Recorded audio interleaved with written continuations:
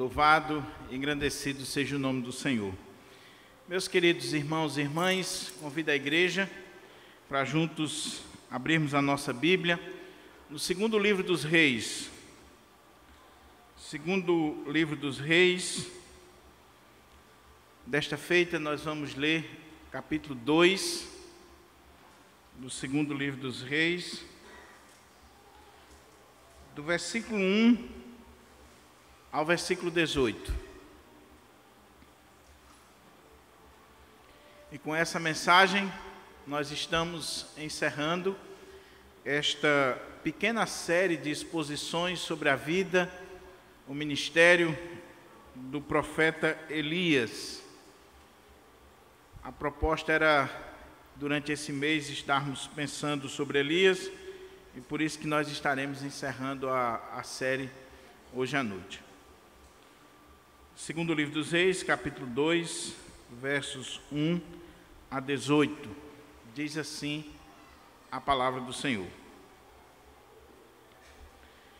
Quando estava o Senhor para tomar Elias ao céu por um redemoinho, Elias partiu de Gilgal em companhia de Eliseu. Disse Elias a Eliseu: fica-te aqui, porque o Senhor me enviou a Betel. Respondeu Eliseu: tão certo como vive o Senhor, e vive a tua alma, não te deixarei. E assim desceram a Betel.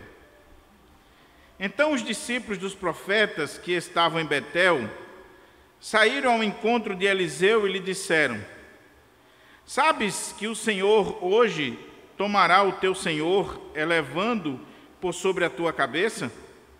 Respondeu ele: também eu sei, calai-vos. Disse Elias a Eliseu: fica-te aqui, porque o Senhor me enviou a Jericó. Porém ele disse: tão certo como vive o Senhor, e vive a tua alma, não te deixarei. E assim foram a Jericó. Então, os discípulos dos profetas que estavam em Jericó se chegaram a Eliseu e lhe disseram: sabes que o Senhor hoje tomará o teu senhor, elevando por sobre a tua cabeça? Respondeu ele: também eu sei, calai-vos. Disse-lhe, pois, Elias: fica-te aqui, porque o Senhor me enviou ao Jordão. Mas ele disse: tão certo como vive o Senhor, e vive a tua alma, não te deixarei. E assim ambos foram juntos. Foram 50 homens dos discípulos dos profetas e pararam a certa distância deles. Eles ambos pararam junto ao Jordão. Então Elias tomou o seu manto, enrolou e feriu as águas, as quais se dividiram para os dois lados e passaram ambos em seco. Havendo eles passado, Elias disse a Eliseu: pede-me o que queres que eu te faça, antes que seja tomado de ti. Disse Eliseu: peço-te que me toque por herança porção dobrada do teu espírito. Tornou-lhe Elias: dura coisa pediste, todavia se me vires quando for tomado de ti, assim se te fará.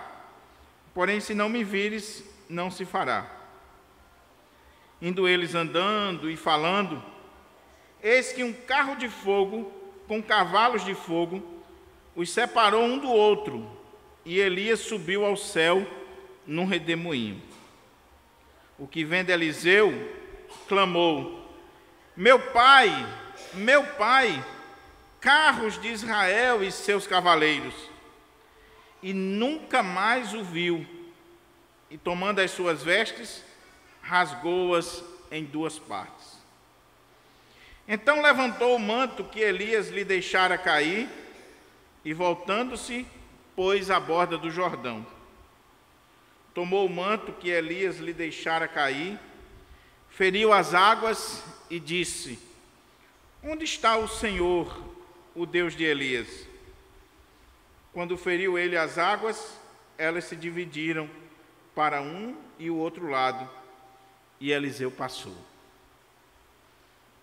Vendo, pois, os discípulos dos profetas que estavam defronte em Jericó, disseram: o espírito de Elias repousa sobre Eliseu.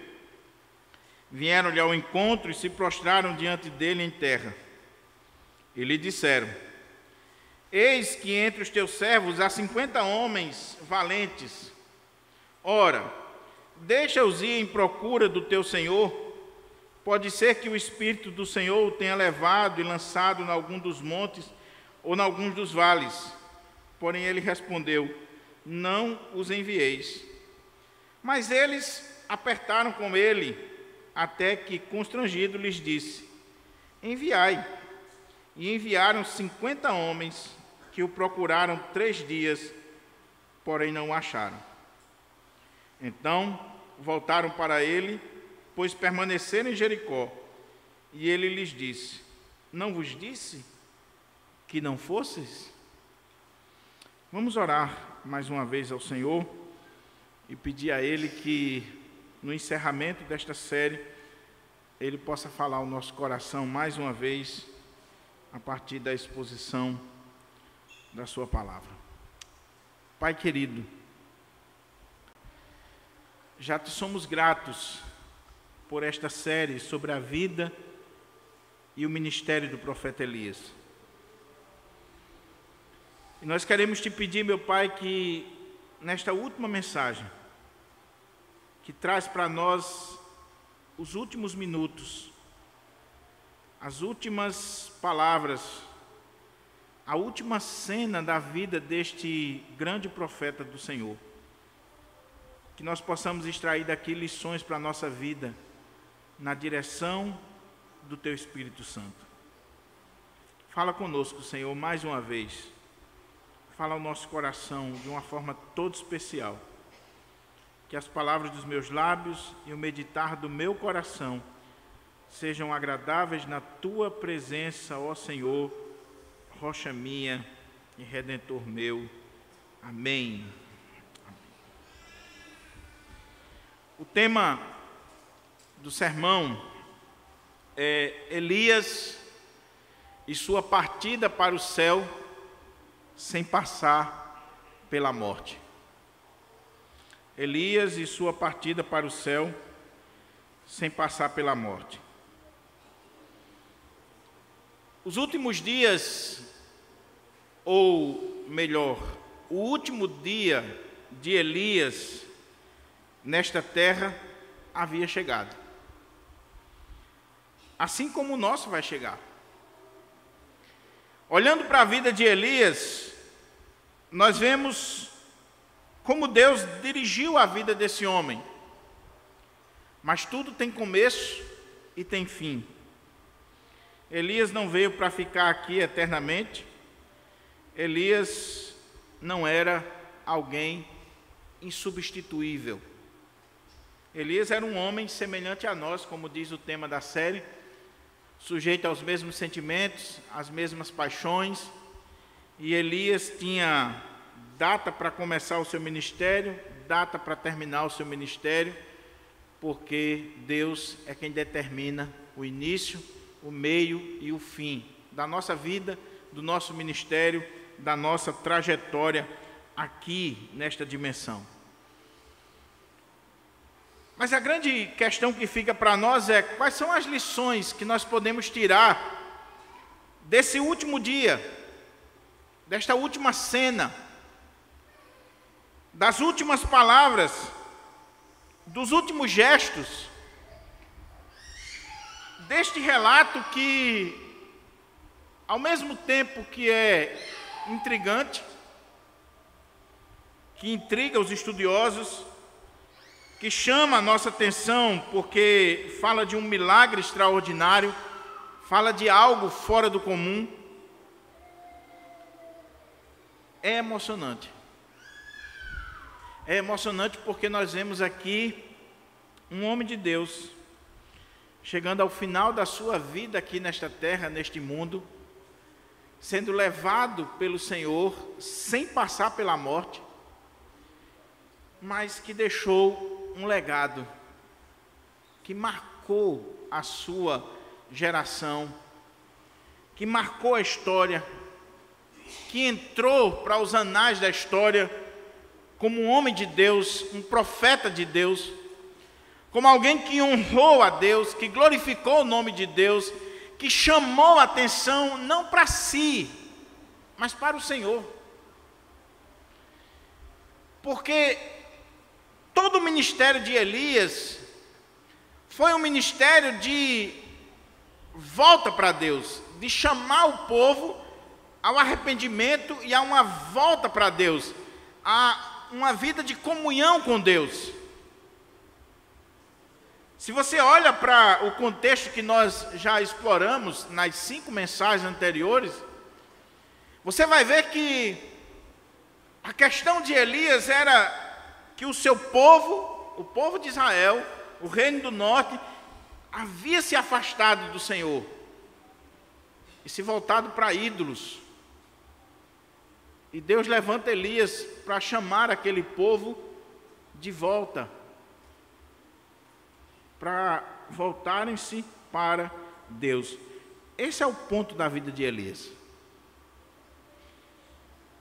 Ele não prega a si mesmo, ele não chama atenção para si mesmo, ele não é alguém que deva ser adorado, idolatrado, colocado no pedestal.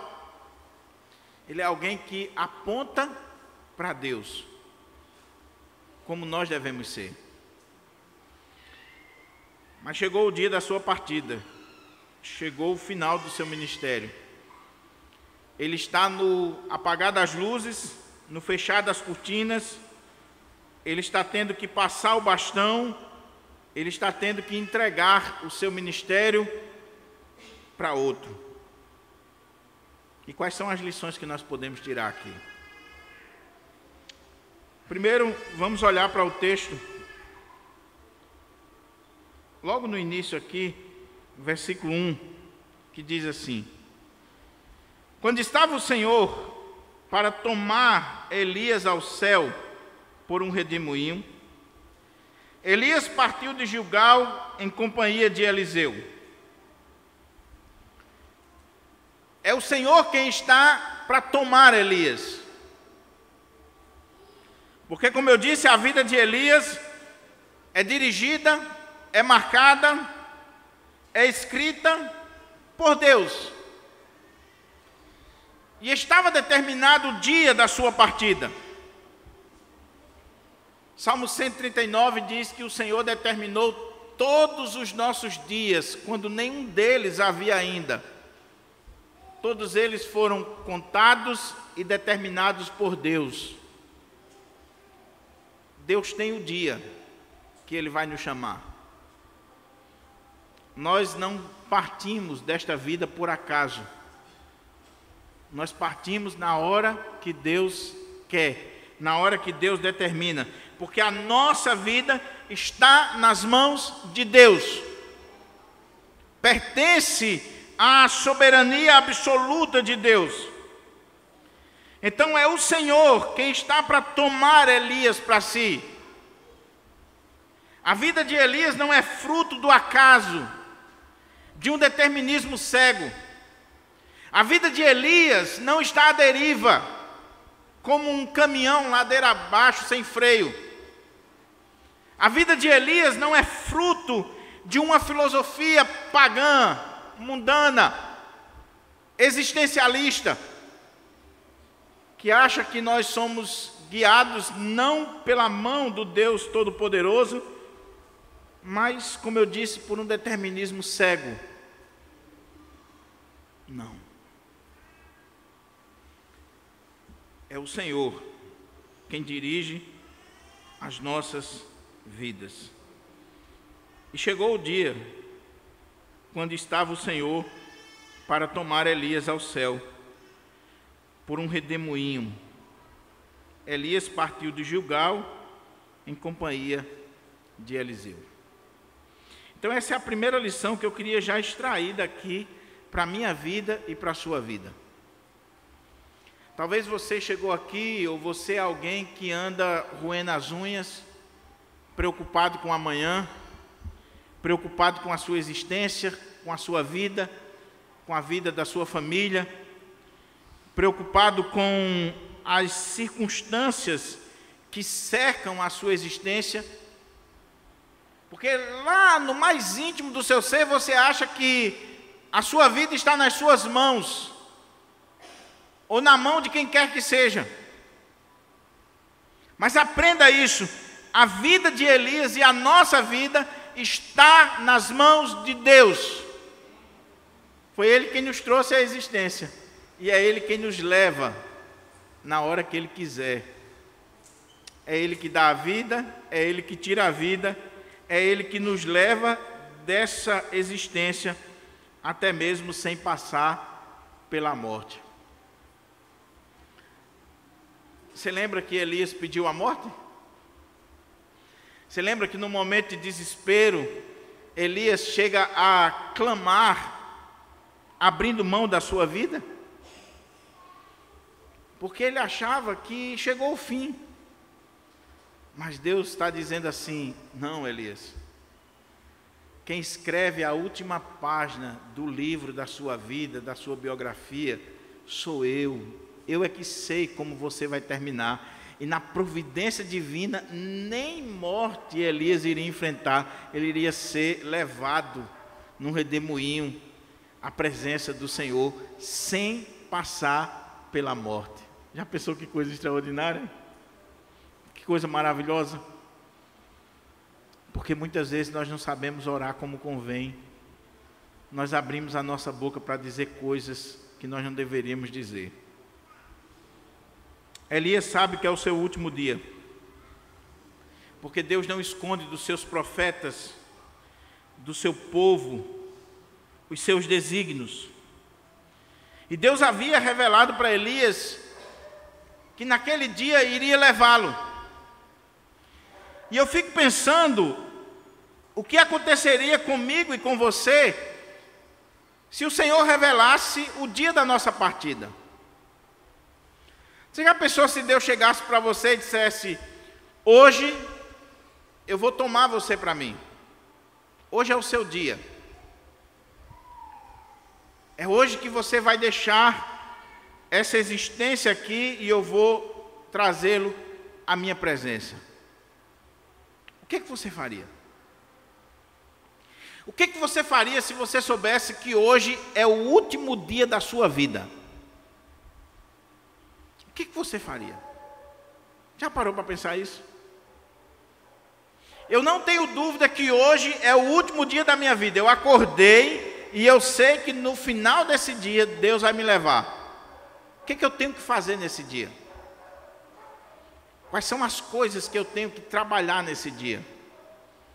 Que eu tenho que preparar nesse dia? Afinal de contas, na nossa mente é um dia diferente. É o último dia. E é incrível, meus irmãos, como eu disse, que algumas pessoas, elas têm uma intimidade com Deus a tal ponto, existem relatos e mais relatos na história da igreja, de homens de Deus, de mulheres de Deus, que desfrutam de uma intimidade com Deus a tal ponto do Senhor trazer a convicção no seu coração de que a sua vida está chegando ao fim, que aquele é o dia da sua partida. Eu poderia citar 2 casos aqui conhecidos. Primeiro, Dr. Russell Shedd, um homem de Deus, um profeta de Deus, doutor, PhD em Novo Testamento, um homem de uma cultura enciclopédica, um ministério maravilhoso no nosso país. Teve câncer, se tratou a primeira vez, ficou curado.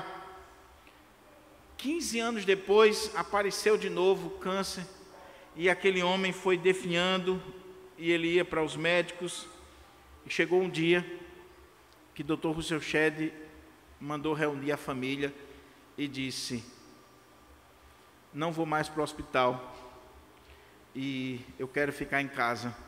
Eu quero que vocês reúnam toda a família para a gente adorar o Senhor. Era a hora da partida. O seu genro foi lhe dar banho e ele disse: esse é o último banho que você está dando em mim, porque o Senhor vai me levar. Depois disso, ele perdeu a fala. Só deu tempo de chegar os filhos que estavam fora do país, a família se reuniu e aquele homem partiu para a presença do Senhor. Martyn Lloyd-Jones, pastor da capela de Westminster em Londres durante mais de 30 anos,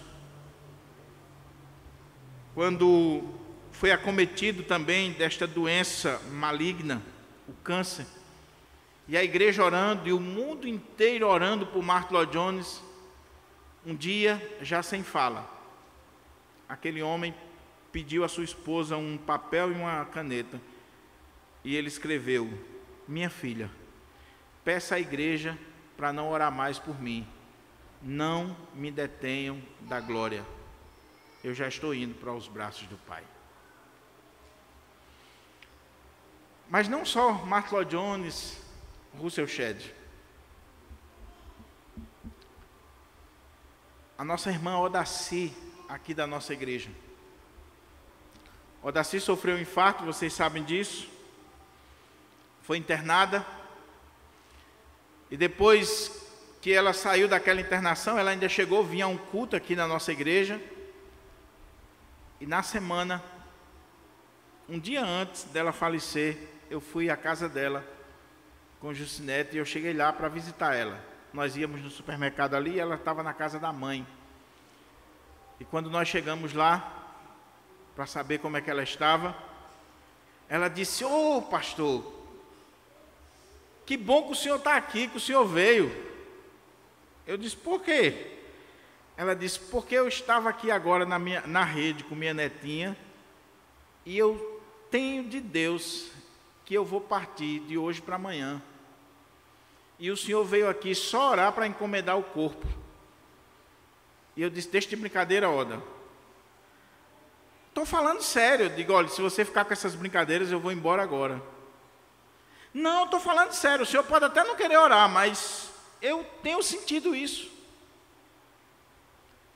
E é claro que eu não orei para Deus levar ela. Eu orei por ela ali, conversamos um pouco, brincamos. Quando eu voltei para casa, depois a gente soube que ela tinha sido levada para o hospital mais uma vez e você sabe o resultado. Deus tem seus mistérios. Mas a pergunta é: o que eu faria se Deus me revelasse que é o último dia? E o ponto aqui, meus irmãos, dentre tantas coisas que nós podemos tirar como lição para a nossa vida, eu tiro aqui na vida de Elias que nós deveríamos fazer o que estamos fazendo. Se nós estamos vivendo a nossa vida para a glória de Deus, se nós estamos vivendo a nossa vida de acordo com a palavra de Deus, pautado na palavra de Deus, não tem mistério, não tem nada de extraordinário nesse último dia. Você deve continuar fazendo o que você sempre fez. Foi isso que Elias fez. Olhe para o texto. Quando estava o Senhor para tomar Elias ao céu por um redemoinho, Elias partiu de Gilgal em companhia de Eliseu. Disse Elias a Eliseu: fica-te aqui, porque o Senhor me enviou a Betel. Respondeu Eliseu: tão certo como vive o Senhor e vive a tua alma, não te deixarei. E assim desceram a Betel. Então os discípulos dos profetas que estavam em Betel saíram ao encontro de Eliseu e lhe disseram: sabes que o Senhor hoje tomará o teu senhor, elevando sobre a tua cabeça? Respondeu ele: também eu sei, calai-vos. Disse Elias a Eliseu: fica-te aqui, porque o Senhor me enviou a Jericó. Porém ele disse: tão certo como vive o Senhor e vive a tua alma, não te deixarei. E assim foram a Jericó. Então os discípulos dos profetas que estavam em Jericó se chegaram a Eliseu e lhe disseram: sabes que o Senhor hoje tomará o teu servo, o teu senhor, elevando por sobre a tua cabeça? Respondeu ele: também eu o sei. Calai-vos. Disse-lhe, pois, Elias: fica-te aqui, porque o Senhor me enviou ao Jordão. Mas ele disse: tão certo como vive o Senhor, e vive a tua alma, não te deixarei. E assim ambos foram juntos. O que está acontecendo aqui? Elias sabe que é o seu último dia. Elias sabe que o Senhor vai tomá-lo para si. E o que ele está fazendo? Ele está cumprindo o seu ministério. Ele está cumprindo o seu chamado, exercendo o seu chamado, fazendo aquilo que ele sempre fez. O quê? Pregar nas escolas dos profetas. Em Jericó, em Betel, em Gilgal. Nessas cidades aqui, haviam as escolas dos profetas. E você lembra que eu falei na mensagem anterior que Elias, nesse período da sua vida, ele está treinando Eliseu e ele está confirmando os profetas de Deus. É o seu último dia, mas ele está fazendo aquilo que ele sempre fez, cumprindo o seu ministério, vivendo para a glória de Deus.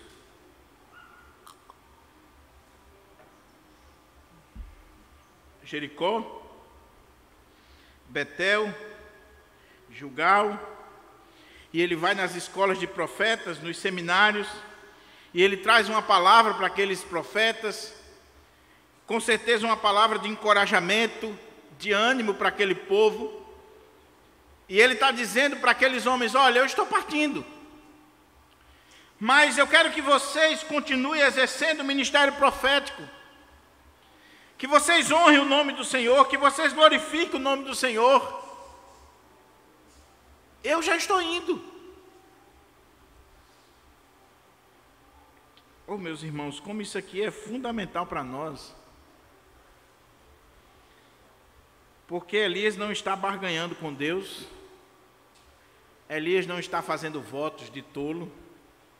Elias viveu a sua vida para a glória de Deus, exerceu o seu ministério, os seus dons, os seus talentos, a sua vocação, e na hora da sua partida ele não precisa estar barganhando com Deus e dizendo: vou fazer isso, vou fazer aquilo, promessas daqui, promessas de acolá. Você sabe o que eu estou dizendo. Tem pessoas que não fazem nada, absolutamente nada no reino de Deus. Aí de repente chega um diagnóstico sombrio na vida dela: você vai morrer.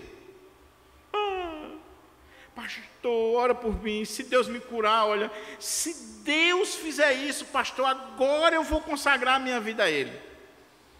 Olha, se Deus me der mais uma chance, se Deus me tirar daqui, se Deus fizer isso.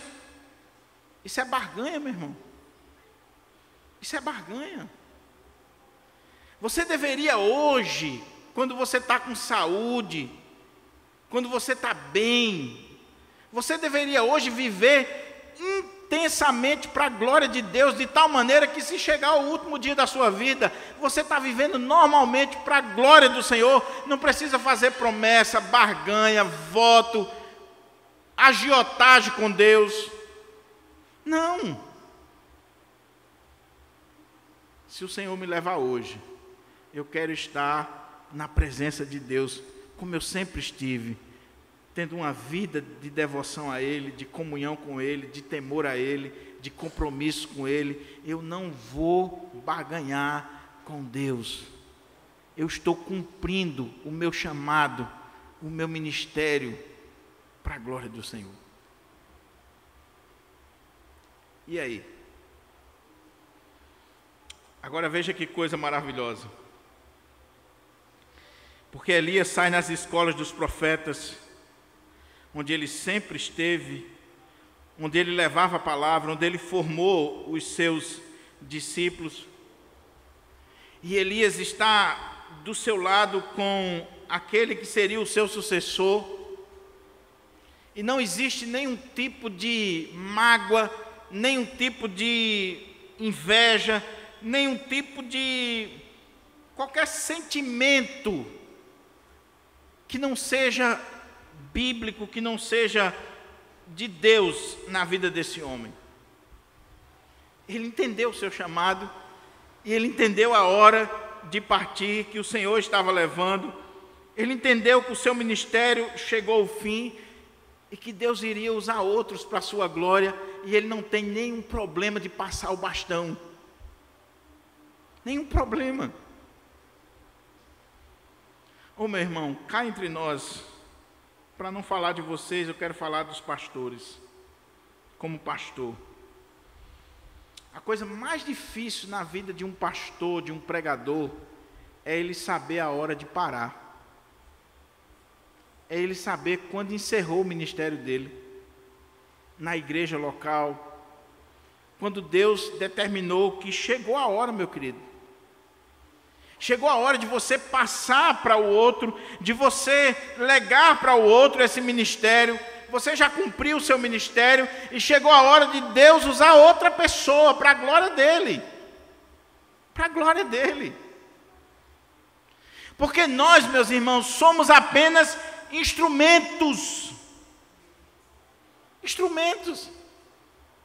que Deus usa para a sua glória, mas que tem prazo de validade aqui nessa existência.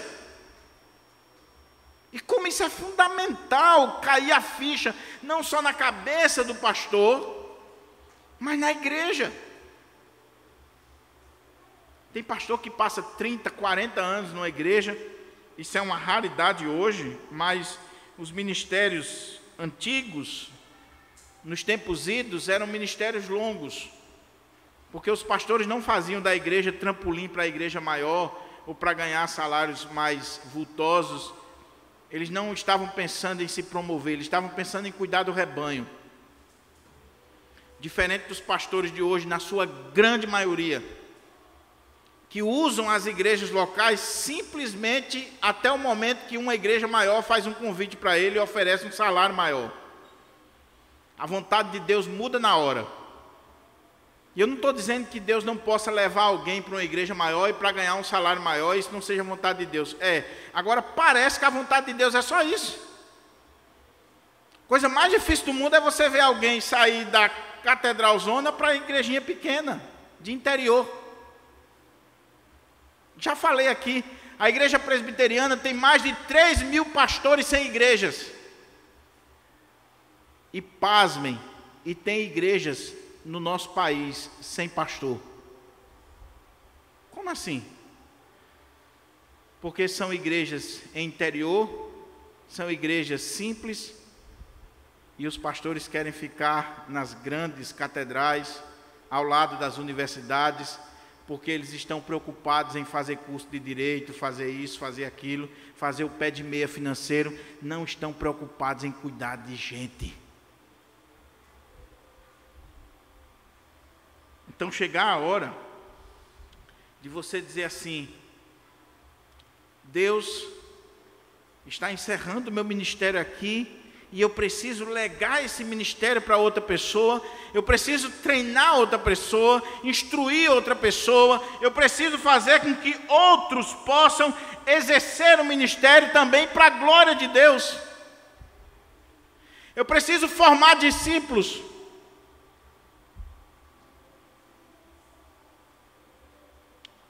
Elias foi um formador de discípulos. Elias foi um multiplicador de profetas. E agora, no último dia da sua vida, ele não só está confirmando os profetas nas escolas de profetas que ele trabalhava, mas ele está com Eliseu do seu lado, e ele está treinando Eliseu ainda no último dia, no último estágio.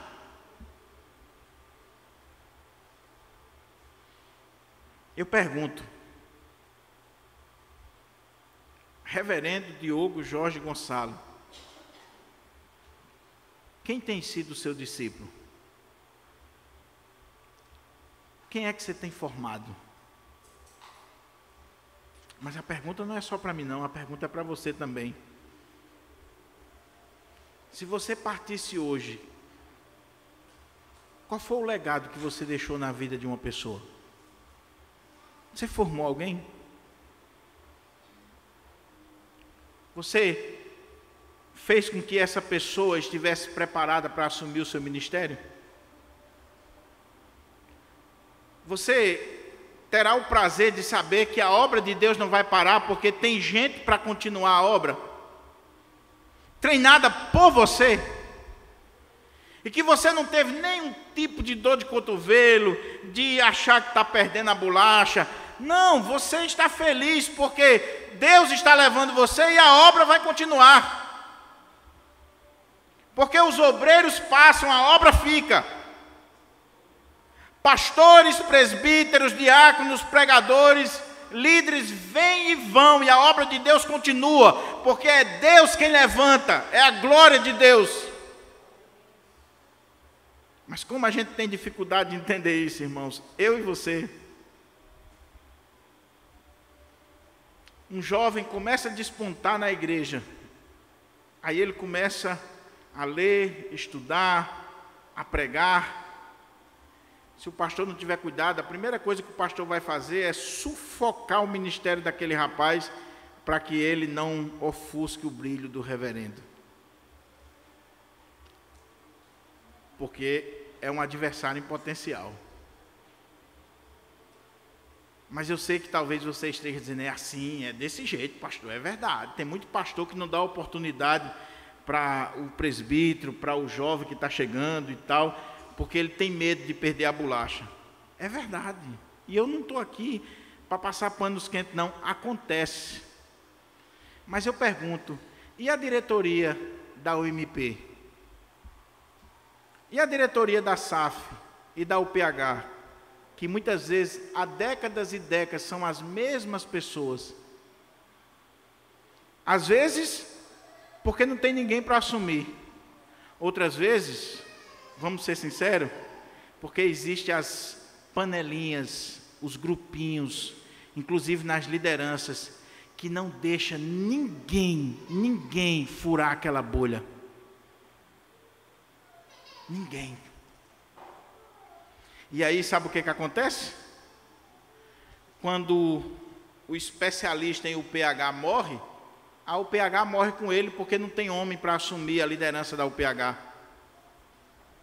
Quando a madame da SAF morre, a mestre Cuca morre, não tem nenhuma mulher, nenhuma jovem para tocar o trabalho da SAF, porque nunca foi treinada.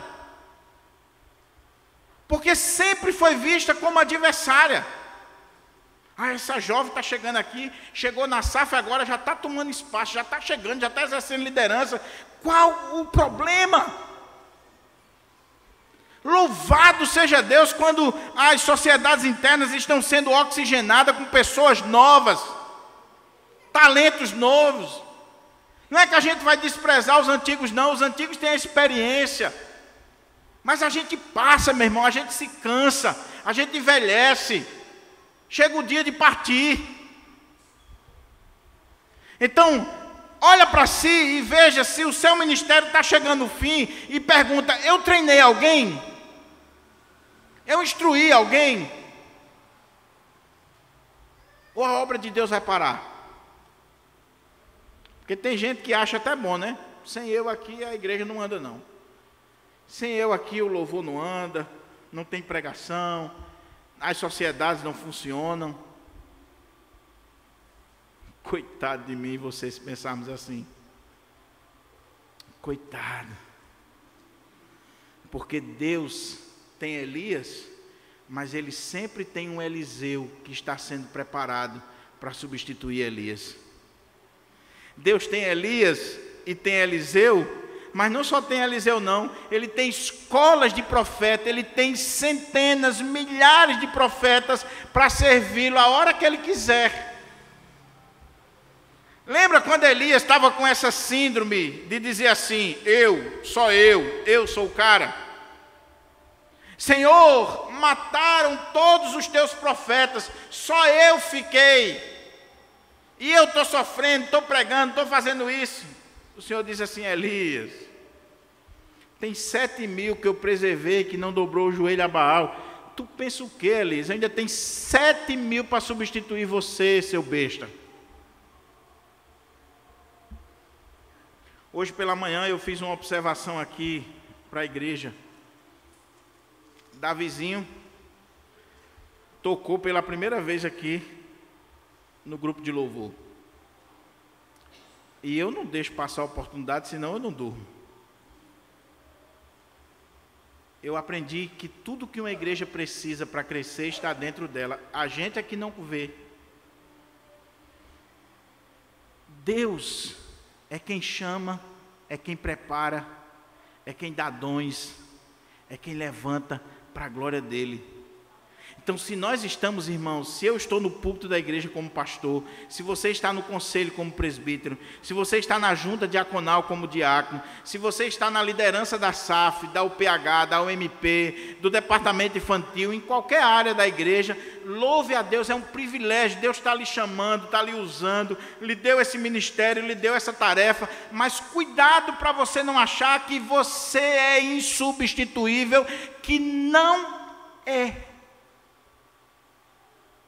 Porque no dia que você achar isso, Papai do céu diz: espera aí, sai.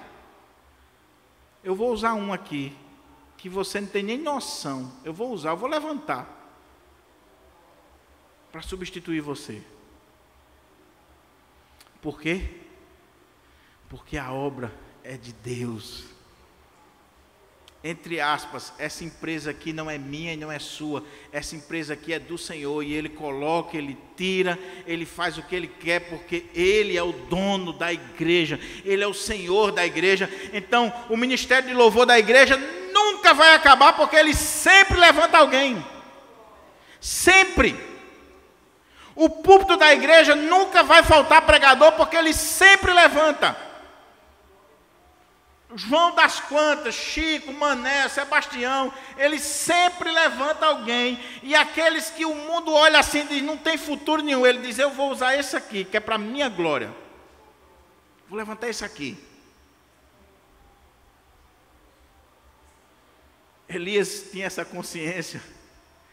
E ele treinou os profetas, ele treinou Eliseu.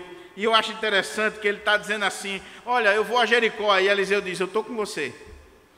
Olha, eu vou a Betel. Eliseu diz: eu estou com você. Tão certo como vive o Senhor, eu estou contigo. Era o discípulo. Era alguém que estava ali colado, que estava com o profeta de Deus. Agora vamos para o outro lado da moeda. O profeta, o homem de Deus, o pastor, o líder, a irmã da igreja, o irmão da igreja, o diácono, ele tem que formar alguém. Agora você, meu irmão, deixa eu dar uma dica para você. Cola do lado de um homem de Deus e de uma mulher de Deus. Se você chegou na igreja, observa, fica observando, dá uma olhada, identificou que é um homem de Deus, é um Elias, é um diácono, um homem de Deus, é um presbítero, é um pastor, é uma irmã. Cola nessa pessoa, aprende, se instrui com essa pessoa. Não cola em quem não presta, não.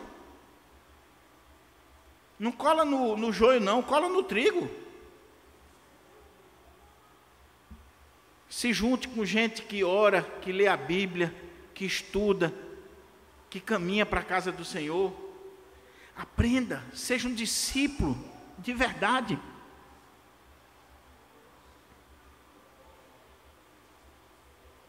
Irmãos, nem de longe eu estou aqui para me promover, nem de longe. Mas deixa eu dar um testemunho para vocês. Você sabe por que eu tive o privilégio de começar a dirigir a igreja com 18, 19 anos? Porque desde quando eu cheguei na igreja, desde quando eu comecei a me entender de gente na igreja, e Liquinha, que é a irmã de Laura de da Silva, era da igreja nessa época e sabe muito bem, me viu iniciando as minhas pregações na Assembleia de Deus lá em Currais Novos, ainda criança praticamente. Desde quando eu cheguei, eu colei no meu pastor.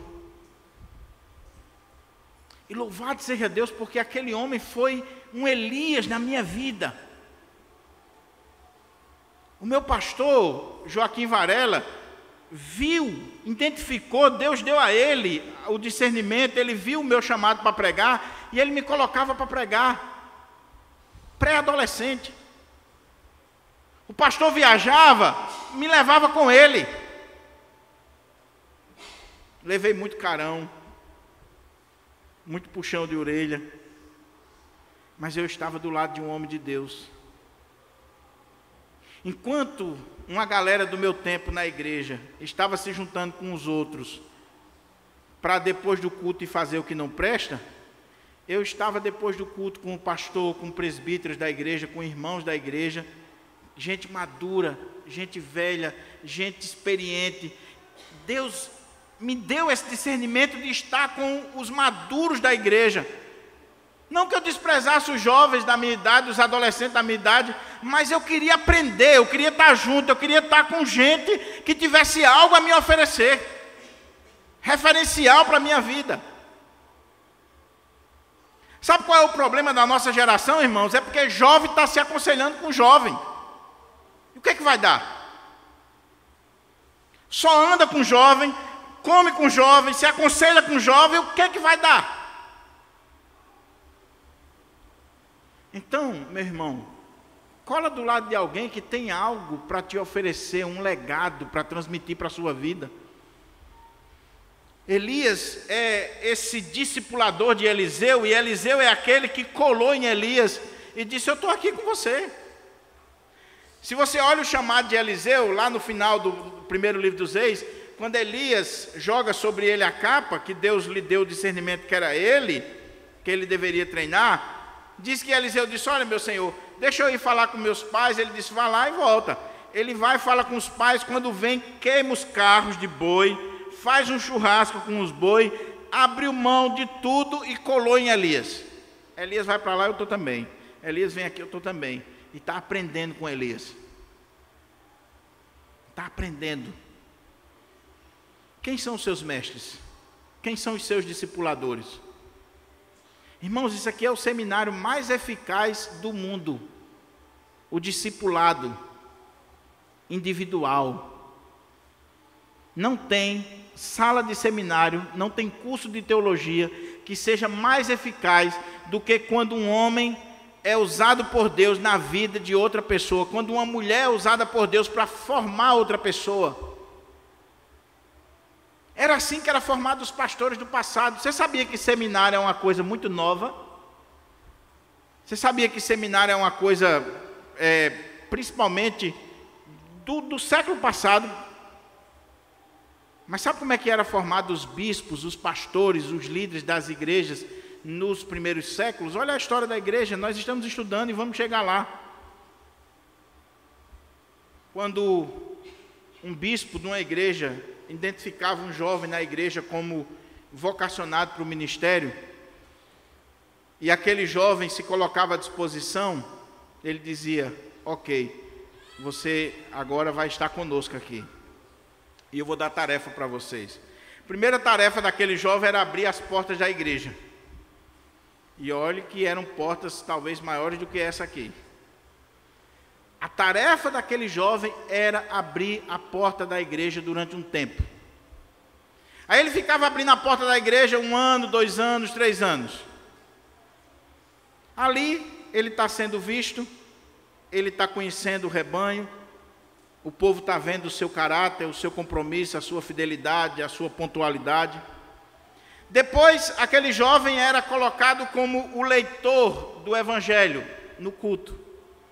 Ele vinha, agora ele saiu da porta, se coloca outro, e aquele jovem era trazido para o púlpito. E na hora da leitura, ele fazia a leitura. E ele está ali junto do bispo. Passaram-se 20 anos. Aquele jovem está ali todos os dias, convivendo com aquele homem, vendo a maneira como ele prepara os seus sermões, ouvindo os seus sermões, lendo a palavra. Quando aquele bispo morria ou ia embora, quem assumia o pastorado daquela igreja? Aquele jovem. Era assim na época de Calvino, assim na época da Reforma e de tantos momentos na história da igreja. O que acontecia aqui? Aquela igreja conhecia aquele rapaz, agora já maduro, já experiente, mas aquela igreja conhecia toda a sua trajetória de vida, o seu compromisso desde quando ele estava na porta. Agora veja como nós nos achamos tão inteligentes, mas veja como é que é hoje que se escolhe um pastor nas nossas igrejas, principalmente presbiteriana. Eleição pastoral. E todo mundo acha que o carnaval é o período que o diabo mais se manifesta. Nada, é em eleição pastoral. Pense, é pior do que o carnaval. Eleição de pastor em igrejas presbiterianas, pode ter certeza. Começam as brigas. Mas aí vamos trazer um pastor lá de fora. Um grupinho da igreja não quer saber mais do pastor que está presente. Vamos chamar um pastor lá de fora. Aí 3 ou 4 chamam um pastor. O pastor vem pregar, faz aquele sermão que ele já pregou 1000 vezes, que ele não é besta de pregar um sermão inédito, ele vai pregar algo que ele já tem segurança, ele está sendo avaliado. Passou um final de semana, deu um show de retórica no púlpito, vai para o conselho, responde as perguntas no conselho, da forma como os presbíteros querem ouvir, que ele não é besta também, e depois vai para a assembleia da igreja, e muitas vezes é eleito e tira um pastor que está há 20, 30 anos numa igreja. Tem alguns que Deus abençoe, que são homens de Deus, sim, mas muitos a igreja depois descobre que trocaram um homem de Deus por um pilantra. Sabe por quê? Porque o modelo está errado.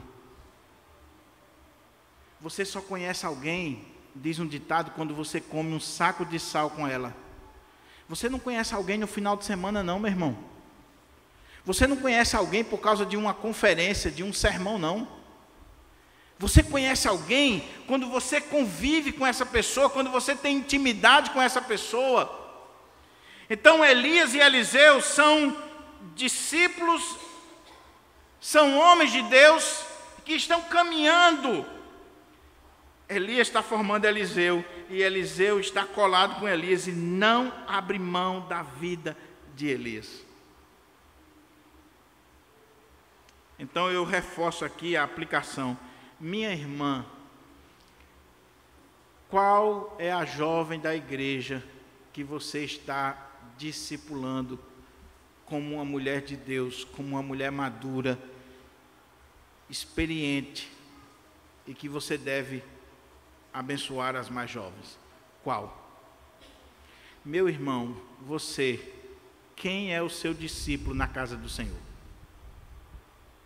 Os diáconos da igreja. Você está exercendo o seu diaconato a tal ponto que você está formando discípulo? Os presbíteros da igreja, os jovens da igreja estão olhando para você e vendo em você um referencial para que amanhã ele seja um presbítero? Será que os jovens da igreja estão olhando para mim e dizendo assim, eu quero ser um pastor também? Porque existe uma máxima psicológica que diz assim, não há ser que não exista no outro, e quando eu olho para você eu me vejo. Você só é policial, enfermeiro, engenheiro, médico, pastor, seja lá o que for, porque um dia você viu alguém ser, e você se espelha, e você quer ser como aquela pessoa. Então eu sou pastor por chamado de Deus, mas também porque eu vi um pastor, eu me espelhei num pastor, e eu sigo um modelo de pastorado. Então faça isso, meu irmão. E você cola em alguém, beba, seja instruído. Todos nós temos referenciais. Todo Eliseu tem o seu Elias. Todo Eliseu tem o seu Elias. Todo pregador tem um referencial. Seja quem for, pode pensar no nome aí. Ele se espelhou em alguém, está se espelhando em alguém. A maioria dos grandes pregadores no Brasil hoje, o referencial deles é Dr. Martyn Lloyd-Jones, Reverendo Augusto Nicodemos, Hernandes Dias Lopes, Paulo Júnior, tantos outros. Martyn Lloyd-Jones, as obras de Martyn Lloyd-Jones, a maneira como Martyn Lloyd-Jones pregava, a forma como ele expunha o texto, nos espelhamos nele. Então se espelhe em alguém. A outra lição para a gente caminhar para a conclusão, é que o texto diz, olha que coisa maravilhosa, meus irmãos, eu acho que eu já acrescentei alguns pontos aqui, mas olha que coisa interessante. Versículo 7. Foram 50 homens dos discípulos dos profetas e pararam a certa distância deles. Eles, ambos, pararam junto ao Jordão. Então Elias tomou o seu manto, enrolou e feriu as águas, as quais se dividiram para os dois lados e passaram ambos em seco. Havendo eles passado, Elias disse a Eliseu: pede-me o que queres que eu te faça, antes que seja tomado de ti. Olha que coisa maravilhosa. Porque Elias não transferiu para Eliseu somente conhecimento, conceitos teológicos. Elias está demonstrando na sua vida e nas suas obras, no seu ministério, o sobrenatural de Deus para a vida de Eliseu. E as pessoas precisam ver em nós isso. É claro, se Deus quiser abrir rios, se Deus quiser abrir mar hoje, Ele faz. Mas o que eu estou dizendo é que as pessoas precisam ver o sobrenatural de Deus na nossa vida. A unção de Deus na nossa vida. A presença de Deus, o poder de Deus na nossa vida. Deus agindo. E aí Elias chega diante do Jordão e abre as águas e passa a pé enxuto. Imagina isso na cabeça de Eliseu, a formação de Eliseu. Aí ele olha para Eliseu e diz: peça o que você quiser, que eu vou lhe dar antes que o Senhor me leve de ti. Eita! E agora, hein? Ah, homem de Deus, profeta de Deus, estou vendo aí que o Senhor opera milagres, o Senhor faz maravilhas e tal. Fala o seguinte, pede o Senhor aí para abrir uma portona de emprego para mim, pede o Senhor aí para mudar minha vida, eu preciso fazer meu pé de meia. Aí olha o que Eliseu diz.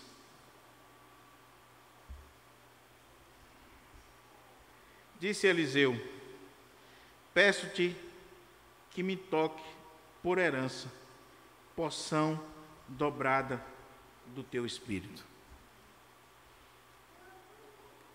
É interessante a gente entender isso aqui. O que ele está pedindo? Alguns teólogos, alguns estudiosos ou pregadores vão dizer que o que Eliseu está pedindo é: olha, eu quero ter um ministério 2 vezes maior do que o seu.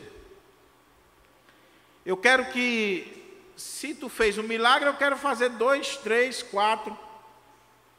Eu quero fazer coisas maiores. Porção dobrada. Eu quero superar você. Seria um negócio assim, quase que nefasto, né? Eu quero pregar mais do que você, eu quero escrever mais livros do que você, eu quero uma igreja maior do que a sua.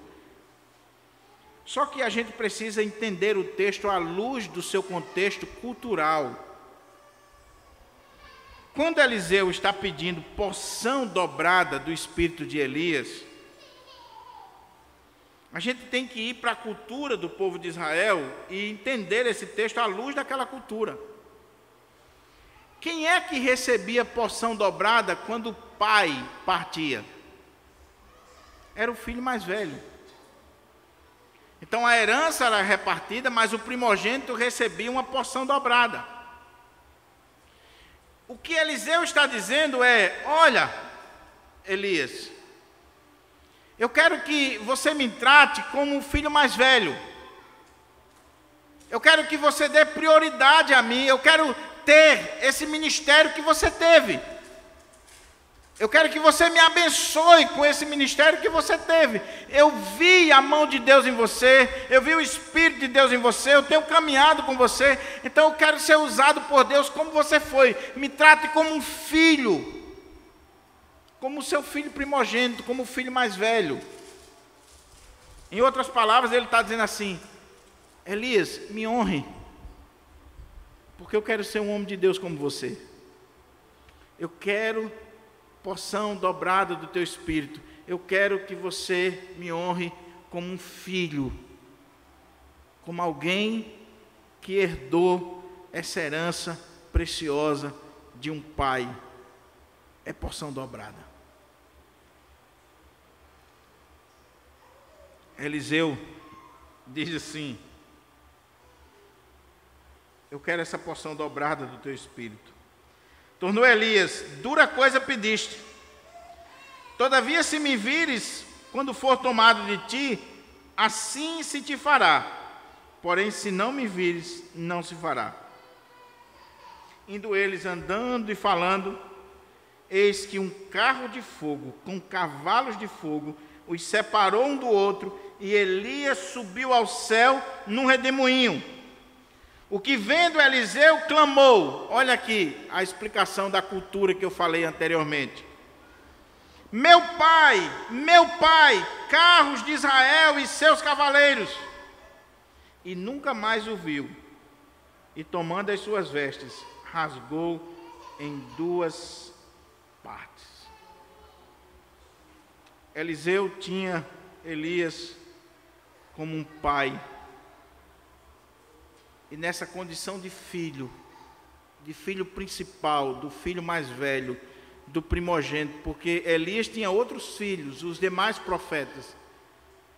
Ele está dizendo: eu quero exercer o ministério assim como o Senhor exerceu. E ele disse: se você me vir quando eu subir, vai acontecer com você. E ele viu. Eles vão andando, de repente essa carruagem, esses carros de fogo, os cavaleiros, separam Elias e Eliseu, e ele é levado não numa carruagem, porque tem muita gente: Elias foi levado numa carruagem. Não, ele foi levado num redemoinho. A carruagem veio e separou os dois. Tem esse momento aqui, mas ele foi levado num redemoinho à presença de Deus.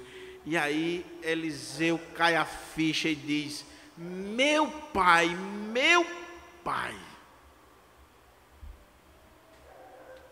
Mas será que a palavra vai se cumprir na vida dele? Olha como é que o texto termina. Tomou o manto que Elias lhe deixara cair, feriu as águas e disse. Ele estava do outro lado. Os profetas, os discípulos dos profetas estavam vendo de longe, 50 discípulos. E Eliseu está agora diante do Jordão. E a grande pergunta dele é o seguinte: onde está o Senhor Deus de Elias? Quando feriu as águas, elas se dividiram para um e outro lado. E Eliseu passou. Oh, meus irmãos, eu estou chegando ao final do sermão, mas eu não posso deixar de destacar isso aqui. Nunca esqueça que homens são simplesmente homens, que toda honra, toda glória tem que ser dada a Deus, porque quem é o Senhor da história é Deus. É Deus. Deus levou Elias. Chegou a hora de Elias partir. Mas a minha vida não depende exclusivamente de Elias, do reverendo Elias. Eu não sou crente em Elias. Eu não sou 100% dependente de Elias. Eu dependo do Deus de Elias. E agora Eliseu viu aquilo, tem uma promessa daquele homem de Deus, e ele chega no Jordão com uma pergunta no seu coração: onde está Elias? Elias já foi. Elias é um homem semelhante a nós, sujeito aos mesmos sentimentos, às mesmas paixões, como diz Tiago. Onde está o Deus de Elias? Olha que lição maravilhosa. E que tem tantas implicações para nós, porque Elias não fez discípulo dele, ele fez discípulo do Senhor. Ele apontou para o Senhor. Oh, meu irmão, o grande desafio da minha vida é que um dia, quando eu sair daqui, seja num caixão, seja porque o Senhor me levou para outro lugar, é que aqueles que ficaram possam dizer assim: ele apontou para Deus, não para si mesmo. Ele nos fez amar mais o Senhor, servir o Senhor, adorar o Senhor, não ele. Esse é o desafio. Porque nós somos muito idólatras,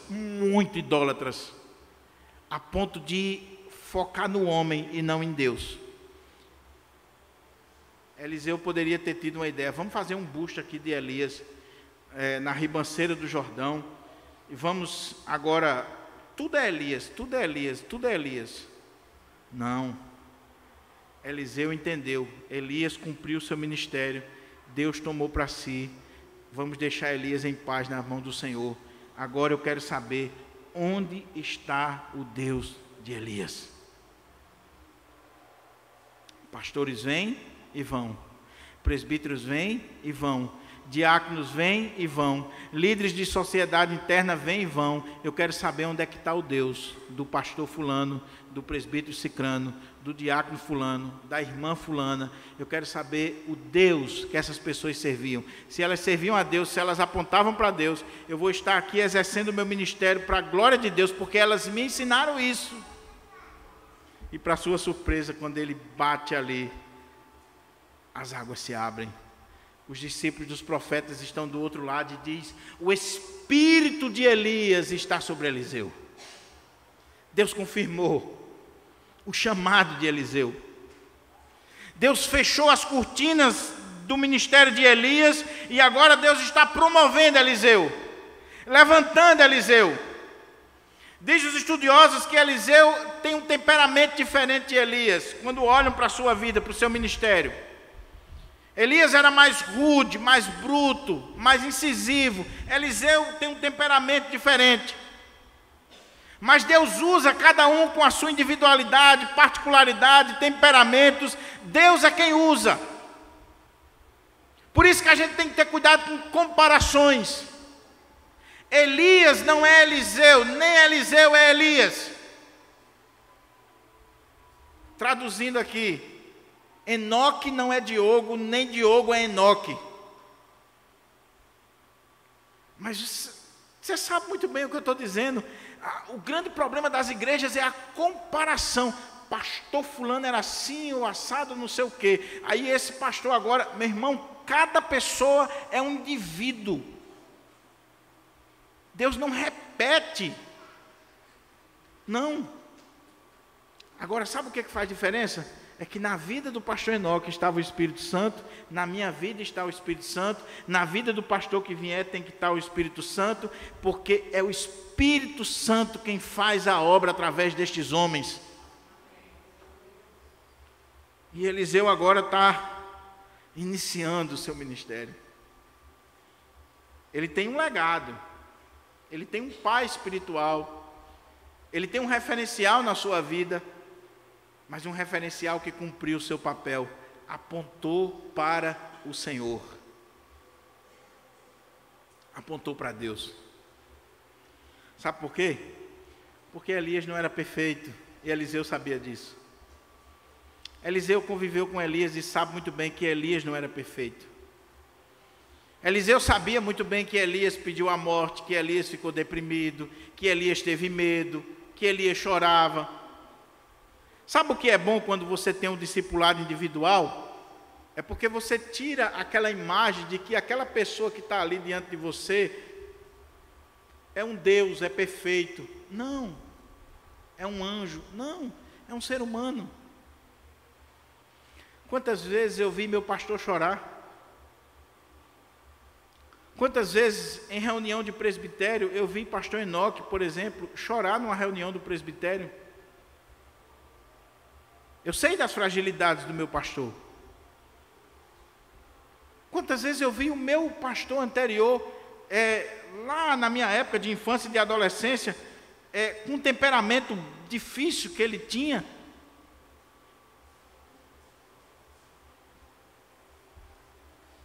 Mas esses homens, com temperamento, com fragilidades na sua humanidade, legou para mim que eu preciso focar em Deus, olhar para o Senhor e ver que mesmo eles com essas dificuldades, Deus agiu com graça e misericórdia, e isso é esperança para mim, porque eu tenho também defeitos assim como eles tinham.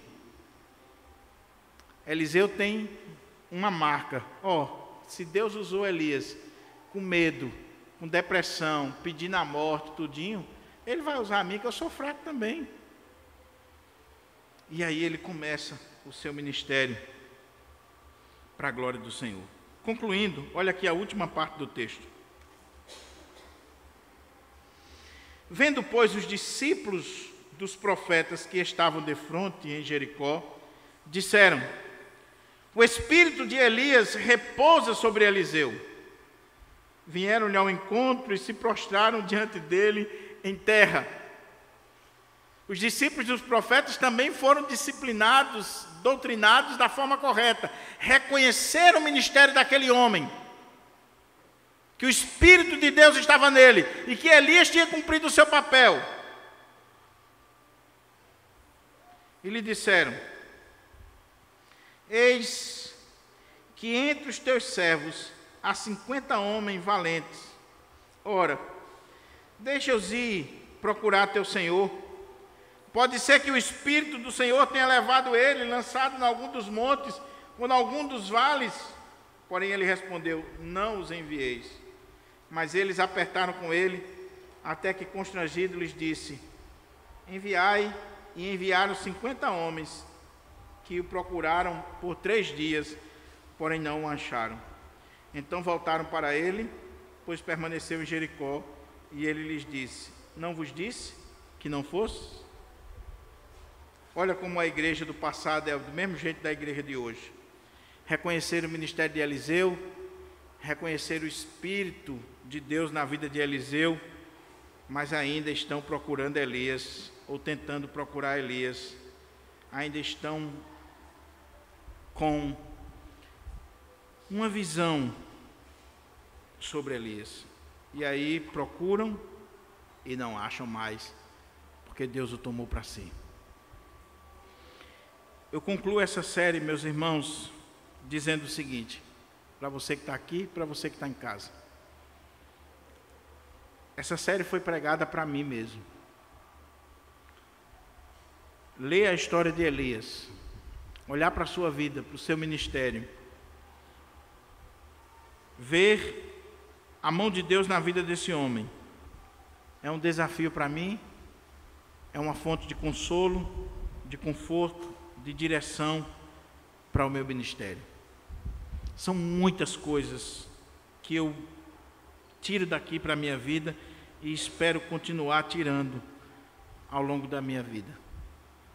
Mas eu espero que seja também bênção para você, que esta série tenha falado do seu coração, tenha feito você refletir sobre o que é um homem de Deus, sobre o perigo da idolatria, do pecado, sobre a importância de rendermos a Deus toda a glória, e que a gente possa olhar para esse texto, para essa história, para essa biografia, e olhar para a nossa vida e dizer: Senhor, será que eu estou vivendo como Elias viveu para a Tua glória?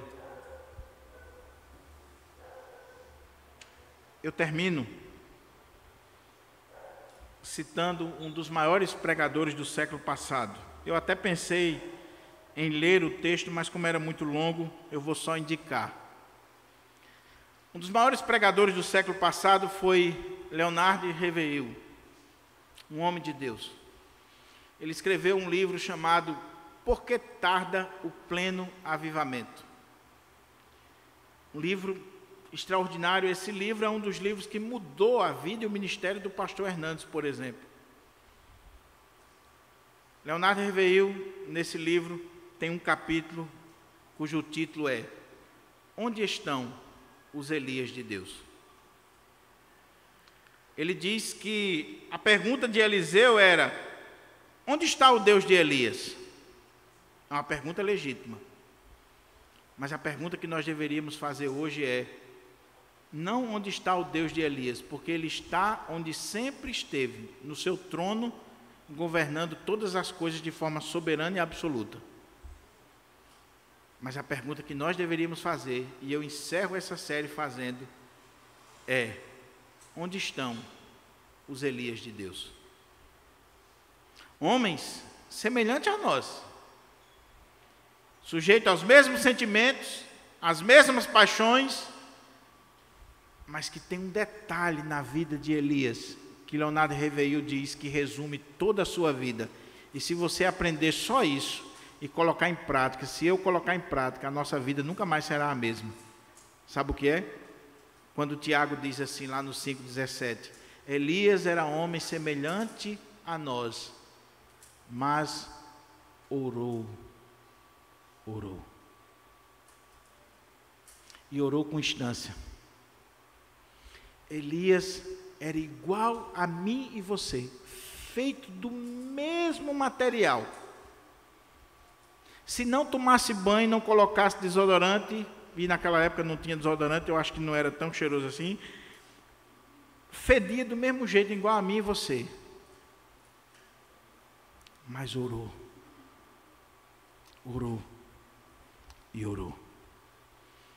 E Leonardo Reveil, naquele capítulo do livro, que é emocionante, que tem no YouTube um rapaz lendo o capítulo desse livro. Eu recomendo para você. Coloca lá, onde está os Elias de Deus, no YouTube, depois que você sair. Tem um áudio lá, um rapaz lendo. 15 minutos, é 15 minutos a leitura do capítulo. Leonardo Reveil diz que o problema da igreja não é o comunismo, não é o capitalismo, não são as coisas desse mundo, os ismos deste mundo. O problema da igreja é falta de oração, é um fundamentalismo morto, é doutrina sem piedade, sem vida, gigantes no púlpito, mas que não oram, teólogos com a cabeça do tamanho de um trem, sabe de tudo de teologia, mas não ora. As nossas reuniões de planejamento são reuniões que muitas vezes duram horas e horas e horas, mas a oração foi 5 minutos. As nossas programações são programações que muitas vezes duram o dia inteiro, mas a oração é bem pouquinho.